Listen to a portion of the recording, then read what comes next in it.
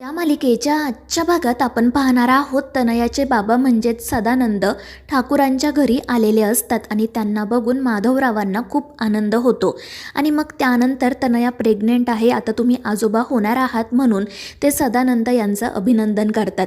मात्र सदानंद यांचा चेहराच पडतो. त्यानंतर मग माधवराव वसुंधराला आणि जयश्रीला त्या ठिकाणी बोलावतात.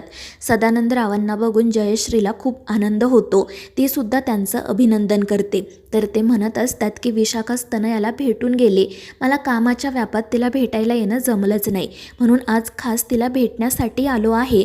आणि ते ऐकून जयश्री आणि माधवरावांना आनंद होतो. त्यानंतर जयश्री वसुंधराला सांगते की तू यांच्यासाठी चहा नाश्त्याचं बघ आणि त्यावर वसुंधरा हो म्हणते. तर सदानंद माधवरावांना म्हणत असतात की मी आधी तनयाला भेटून येतो, त्यानंतर आपण बोलूयात. आणि मग ते सरळ तनयाच्या खोलीकडे जाण्यासाठी निघतात. त्याआधी त्यांना हे देखील समजलेलं असतं की तनयाने वसुंधराला तिच्या खोलीतून बाहेर काढले आणि आता ती स्वतः वसुंधराच्या खोलीत शिफ्ट झाली आहे, त्यामुळे त्यांना वाईट वाटतं. तर जयश्री वसुंधराला चहा नाश्ता तनयाच्या खोलीतच घेऊन जा असं सांगते. त्यामुळे वसुंधराला एक प्लॅन सुचतो. त्यानंतर तनयाचे बाबा तिच्या खोलीत येतात. त्यांना बघून तनया खुश होते. तर ते म्हणत असतात की मी इथे तुला भेटण्यासाठी आलेलो नाही आहे, तर तुला समजावून सांगण्यासाठी आलो आहे, कारण मला तुझ्या फेक प्रेग्नन्सीबद्दल माहीत आहे. आणि ते ऐकून तनया खूप घाबरते. ती विचारत असते की तुम्हाला कसं कळलं, आणि त्यावर ते सांगतात की मला तुझ्या आईनेच सांगितलं आहे. आणि ते ऐकून तनया चिडून म्हणते की मम्माला काय गरज होती यांना हे सगळं सांगायची, मला मम्माकडून ही अपेक्षा नव्हती. आणि मग त्यानंतर ते तिच्या बाबांना म्हणू लागते की तुम्ही प्लीज या सगळ्यात पडू नका, यापासून लांब राहा. मात्र ते म्हणत असतात की अगं तनया, तुला का कळत नाही आहे, तू तुझ्या आईचं का ऐकते आणि तुझा संसार उद्ध्वस्त करून का घेते, तुझ्या घरचे किती आनंदात आहे हे कळतंय का तुला, जर त्यांना हे सगळं कळलं तर काय वाटेल. मात्र तनया त्यांना 4 शब्द सुनावते आणि या सगळ्यापासून लांब राहायला सांगते. तितक्यात वसुंधरा चहा घेऊन त्या ठिकाणी येते आणि चहाचा ट्रे टेबलवर ठेवत असताना ती पटकन एक वॉकीटॉकीसुद्धा त्या ठिकाणी लपवून ठेवते, जेणेकरून तिला या दोघांचं बोलणं ऐकता यावं. आणि मग ती बाहेर जाऊन त्यांचं बोलणं ऐकू लागते. तर इकडे तनयाचे बाबा तनयाला सांगत असतात की तनया, प्लीज हे फेक प्रेग्नन्सीचं नाटक करू नको. आणि जेव्हा हे इकडे वसुंधरा ऐकते तेव्हा तिच्या पायाखालची तर जमीनच सरकते. तर तनयाचे बाबा तिला समजवण्याचा खूप प्रयत्न करत असतात, मात्र ती त्यांचं काही ऐकूनच घेत नाही. उलट ती त्यांना म्हणत असते की आत्तापर्यंत तुम्ही माझ्यासाठी काय केले, काहीच नाही ना, मग आता तरी इथे कशासाठी आला आहात.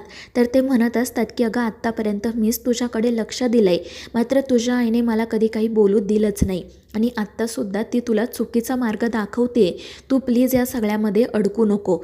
मला ना तुझ्या या फेक प्रेग्नन्सीचं पाप माझ्या माथी नको आहे, म्हणून मी तुला इथे समजवण्यासाठी आलो आहे.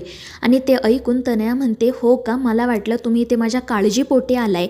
आणि ते ऐकून ते हसतच म्हणतात की मी आत्ता तुला हे जे काही सांगतोय ना ते तुझ्या काळजीपोटीच, मात्र हे तुला कळणार नाही, हे कळतंय मला.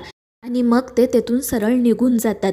तर तनया लगेच तिच्या आईला म्हणजे विशाखाला कॉल करते आणि तिला विचारू लागते की तू माझ्या फेक प्रेग्नन्सीबद्दल डॅडला का सांगितलं, तो इथे आला आणि त्याने मला खूप सुनावलं. आणि ते ऐकून विशाखा चिडून म्हणते की तरी मी त्याला सांगितलं होतं की याची कुठेही वाच्यता करू नको, मग त्याची एवढी हिंमत झालीच कशी, पण तू काळजी करू नको, यापुढे मी त्याला काही सांगणार नाही.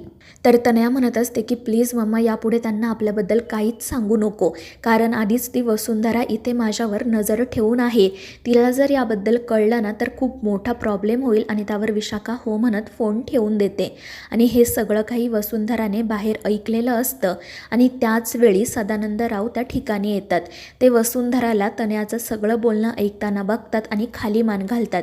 तर वसुंधरा त्यांची माफी मागत म्हणते की मला हे सगळं करायचं नव्हतं, पण सत्य काय आहे हे जाणून घेण्यासाठी हा एकच मार्ग होता, प्लीज मला माफ करा. तर ते म्हणत असतात की प्लीज तुम्ही माफी मागू नका, तनया जे काही करते ना त्याबद्दल मीच तुमची माफी मागायला हवी, मात्र मी आता तिला आणि तिच्या आईला थांबवू शकत नाही, त्या दोघींपुढे माझं काही चालत नाही, तुम्हीच आता काहीतरी यातून मार्ग काढा आणि जमलं तर मला माफ करा. आणि ते खाली मान घालूनच तेथून निघून जातात. तर वसुंधरा रागातच तनयाच्या खोलीत जाते. ती वेगळ्याच नजरेने तनयाकडे बघत असते, त्यामुळे तनया घाबरते. नक्की वसुंधराला काय कळलंय असा तिला प्रश्न पडलेला असतो, पण त्या क्षणी वसुंधरा काही बोलत नाही. आणि मग ती चहाचा ट्रे आणि तो वॉकीटॉकी घेऊन तेथून निघून जाते. तनया मात्र चांगलीच घाबरलेली असते. दुसरीकडे बनी आणि चिनू खेळत असतात. बाळाची काळजी कशी घ्यावी हे ते ठरवत असतात आणि त्यांचं ते सगळं बोलणं आकाश ऐकत असतो आणि हसत असतो. त्यानंतर मग वसुंधरा त्या ठिकाणी येते.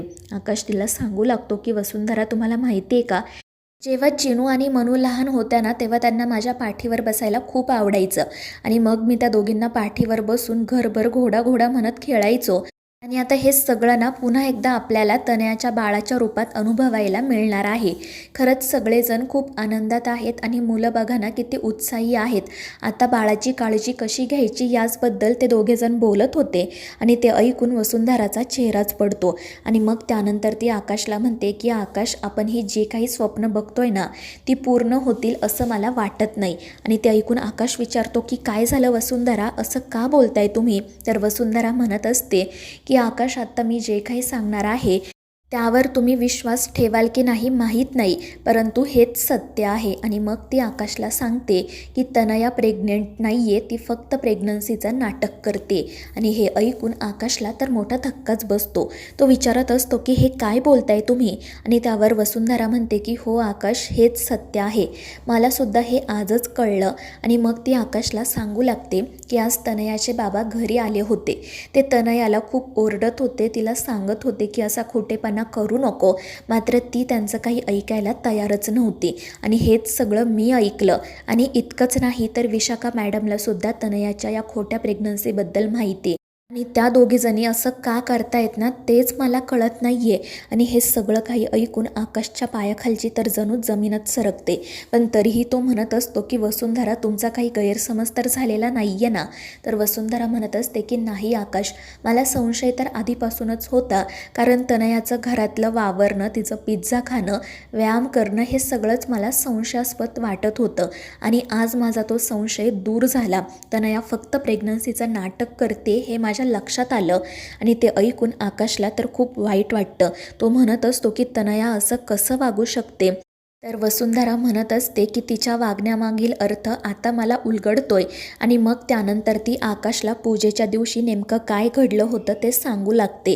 आणि एक गुंड तनयाला ब्लॅकमेल करत होता आणि तनयाने त्याला 1 करोडचा चेक दिला. त्यानंतर त्या गुंडाचा अपघात झाला. हे सगळं जेव्हा आकाशच्या समोर येतं तेव्हा तो तर खूप घाबरतो. तो म्हणत असतो की वसुंधरा, हे सगळं काय आहे? तर वसुंधरा म्हणत असते की आकाश, हेच सत्य आहे. आणि त्या गुंडाने जाता जाता मला लकीचं नाव सांगितलं. म्हणजे हे जे काही घडतंय ना त्यामध्ये लकी, विशाखा मॅम आणि तनया एकत्र आहेत. आणि ते ऐकून आकाशच्या पायाखालची तर जणू जमीनच सरकते. हे सगळं खूप भयानक आहे याची त्याला खात्री पटते. तो वसुंधराला म्हणत असतो की तनया तर आपल्या घरची आहे ना, मग ती असं का वागते?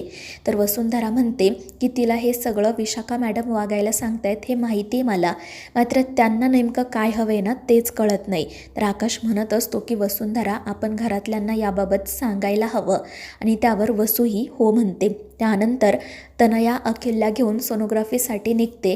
तर जयश्री आणि माधवराव म्हणतात की आम्हालासुद्धा तुमच्यासोबत यायचं आहे, पहिली सोनोग्राफी आहे ना, आम्हालासुद्धा आमच्या नातवंडाला बघायचं आहे.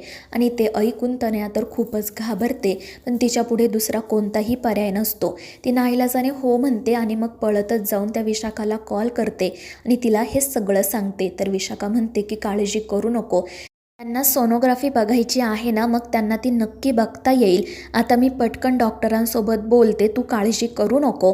आणि त्यावर तनया हो म्हणते आणि मग त्यानंतर ती सगळ्यांसोबत हॉस्पिटलमध्ये जाण्यासाठी निघते. तर विशाखा लगेच डॉक्टरांना कॉल करते. त्यानंतर आकाश आणि वसुंधराला तनया आणि अखिलसोबत आईबाबासुद्धा हॉस्पिटलमध्ये गेले आहेत हे कळतं. आणि त्यांना असं वाटतं की कदाचित आज त्या दोघांनाही समजेल की तनया प्रेग्नेंट नाही आहे आणि तिचं सत्य सगळ्यांच्या समोर येईल. तर मित्रांनो, या मालिकेच्या पुढील भागांमध्ये आपण पाहणार आहोत तनया सगळ्यांना घेऊन हॉस्पिटलमध्ये जाते. तर त्या डॉक्टर त्यांना सांगतात की तुम्ही बाहेरच बसा, मी तनयाची सोनोग्राफी करते, तुम्हाला या मॉनिटरवर सगळं काही बघता येईल. त्यामुळे मग माधवराव, जयश्री, अखिल खूप खुश होतात आणि बाहेर बसतात. तर डॉक्टर तनयाला घेऊन आतमध्ये जातात आणि तनयाच्या ऐवजी त्या एका वेगळ्याच प्रेग्नंट बाईची सोनोग्राफी करतात. त्यामुळे बाहेर मॉनिटरवर जयश्री, माधवराव आणि अखिलला बरोबर बाळ दिसते आणि ते खूपच खुश होतात. मात्र त्यानंतर जेव्हा हा प्रकार सुंदराला आणि आकाशला समजतो तेव्हा त्यांना धक्काच बसतो. तर मित्रांनो, या मालिकेच्या पुढील भागांच्या अपडेटसाठी आपल्या चॅनेलला सबस्क्राईब